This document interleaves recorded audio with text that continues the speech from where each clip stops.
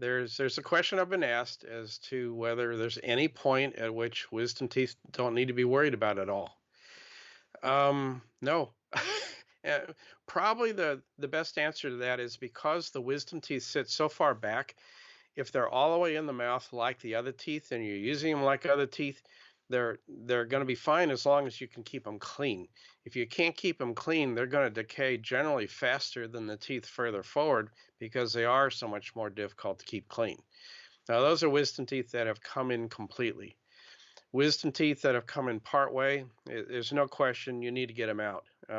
You're either going to have a problem with the gum getting infected or the teeth developing cavities because it's impossible to keep them as clean as a tooth that's completely uncovered.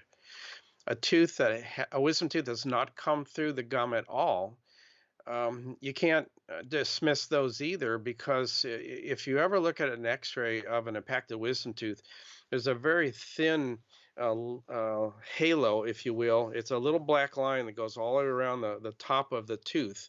Um, that's called the follicle. It's the germ layer of tissue that created the tooth. There's a problem with leaving that, and it's in a small number of people that will start developing into some form of tumor, be it a cyst or a fluid-filled cyst or a solid growth, a tumor. Neither of those being cancerous, although they can be sometimes very aggressive. So if you're going to leave an impacted tooth in, you really do need to follow it every so many years with a panoramic x-ray just to make sure that nothing is growing around that wisdom tooth from the wisdom tooth. And there isn't a time when you can not worry about it. And I have a perfect example of that. The oldest patient that I've had to treat is 100 years old. Now, this woman being around,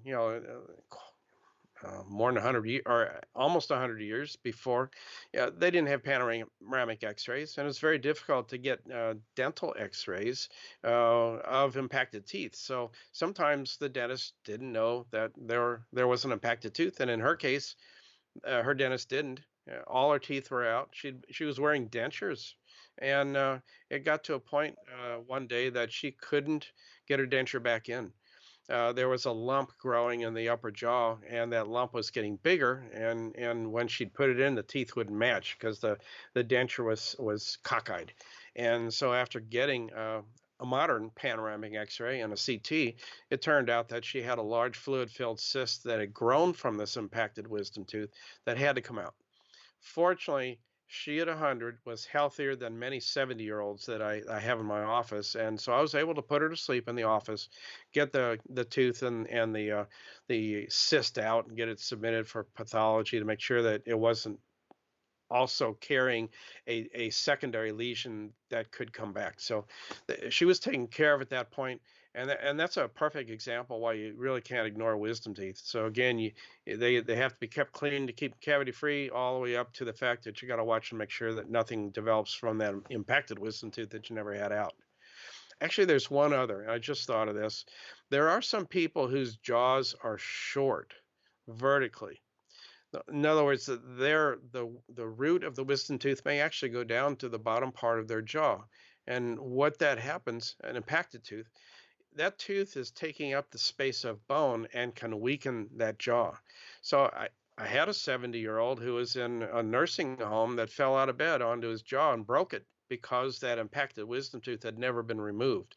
Now, am I saying that every 70-year-old needs to come in and have their impacted wisdom teeth out? No, the opportunity is less risky and just easier to do. Is much earlier in life. The point is, don't put off something that should be done earlier in life when it's easier and less risky.